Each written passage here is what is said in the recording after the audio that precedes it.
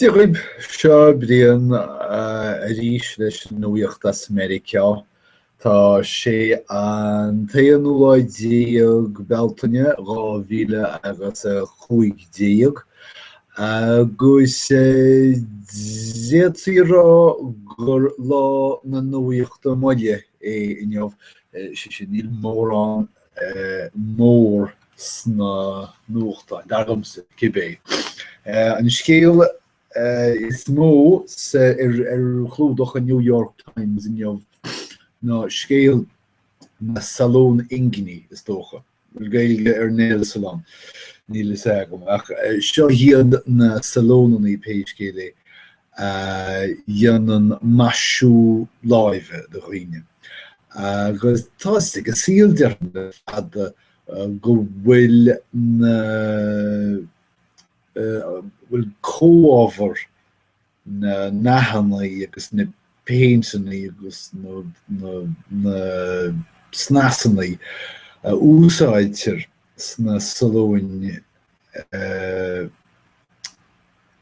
maisiú ingini seo. Soch nimhnach. Tá ar a tuairt le fisle tamdan is agus seo híb scéal mór New York Times mar chuid de sra scéalta is cosúil. Go bhfuil anchuid daoine tionscail seo ag folingt faoi gálar cnis ailsí aisteach píanta nach nimóí ach an rud is measa tóchan ná an méide acu a doling brehannaí anabí. Sé sin deireadh siad torach ach heper a torchas. Agus is scéal antrúbhéalach é sin. Agus tálíonn se chomininic sin is cosúil sa tionscail seo go bhfuil daoine le taithí acu sa tionscail ag molú don rá óige i níos breithlineh gandal isteach sa tionscail in éachar tá sé chodáin séireach sin. So mar i dtéirm scéal trúbhéalach nachas amach. Go cínte sé tá New York Times a gíre dhéanana ná an méid áard a haingtar scéal agus athróí an tionscail. Sé sin go rifir tríanaí cínteoí nach féidir a daoine obair leis na snasanaí agus na túsla gáin agus na cruachan agus na gluúnaí go léire úsáidtear sna salóin seo. Breanaíonn na dathanaí go hálainn, breanaíonn na hinginní go hálainn, ach tí bhíorid na dathanaí agus na hinginní déasa fáiríar tá anchuid chemic. Agus is cosúil go an chemic sin ag dul gionn chuirp naoine seo. Go idirnáisiúnta tá rí na Harba Sáidí, rí Salman, sin é an rí nua a tháinig go gcóirbeacht rí Abdallah Forbás i Mianóir. Gíre tuairt le fios nach bhfuil sé sásta leis gaí ina bhfuil na Stáit Aontaithe ag déanamh achardis tócha leis an Íráin. Níl is agam an éis an féidir chuir síos mar achardis. Tá is agam mar a gníomhíonn na Stáit Aontaithe. Ba siad breachardú leat agus go toban brathe tú scían sleanú trína heasnachaí. Ní dhéanann na Stáit Aontaithe dearmad agus ní dhéanann na Stáit Aontaithe dearmad ar 1979 agus na Gaeilge san Íráin. So Dá Íráin nach mé ní bhaine súla cordis ach ní mar sin a léon na Arbí sádacha an scéal agus mar sin fiú agus foiidir tailóirí techt as an arbhádach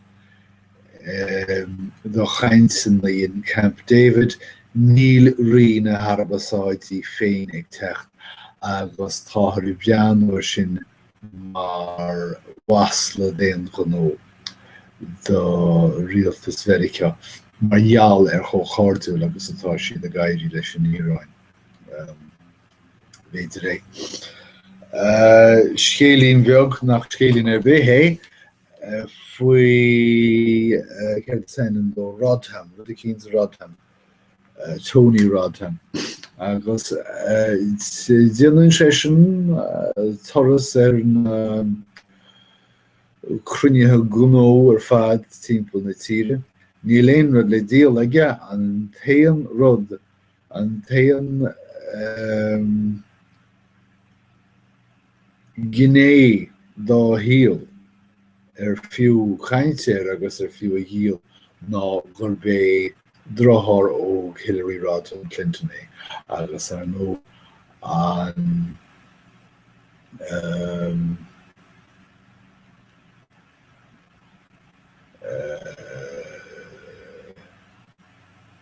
tugann sé le fios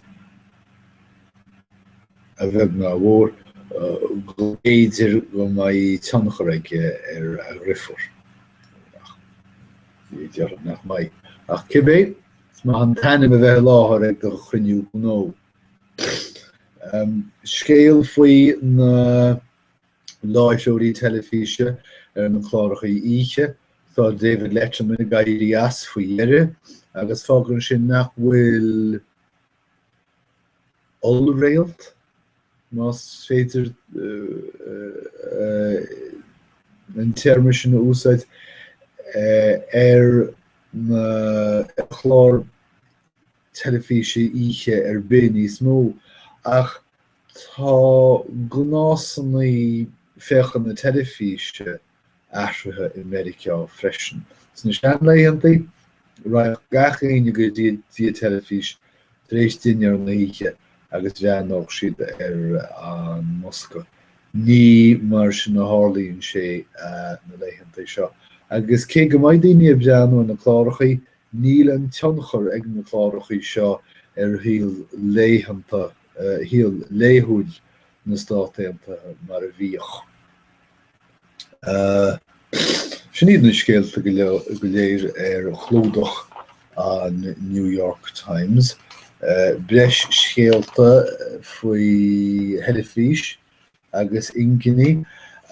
Scéal bechearta bheith chlódach an New York Times sílim, ach chuireadh éis go leathanach a ceithre nó fiú agus narbhaideach a chlásán faoin na stáiteantaithe tá na ceannarcaí Houthi in Yemen tar éis sa scóraic gairim rud a chur orm, plus rud becheart ard in meán a haingtear.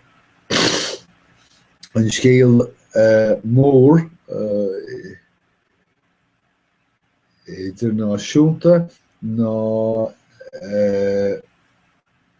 an riochtaíontaithe agus cé mar a bheanóí sé cinenne mar a bheanóí an riocht sin amach an seo.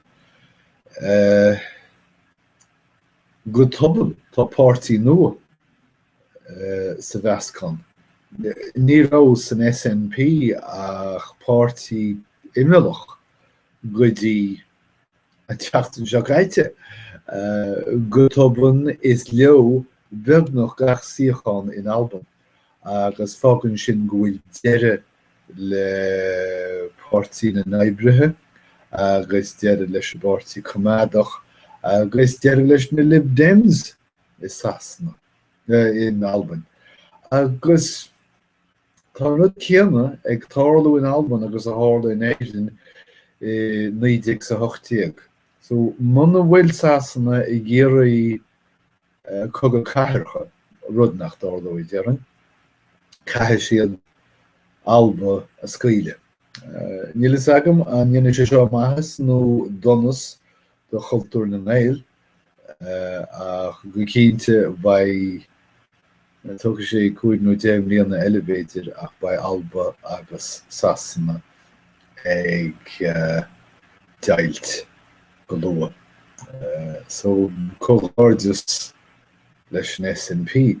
Tá scéal is cúba chur an iontas tá mar is old an down tá cúba rééis nascannaí taileoireachta tail, nascannaí tail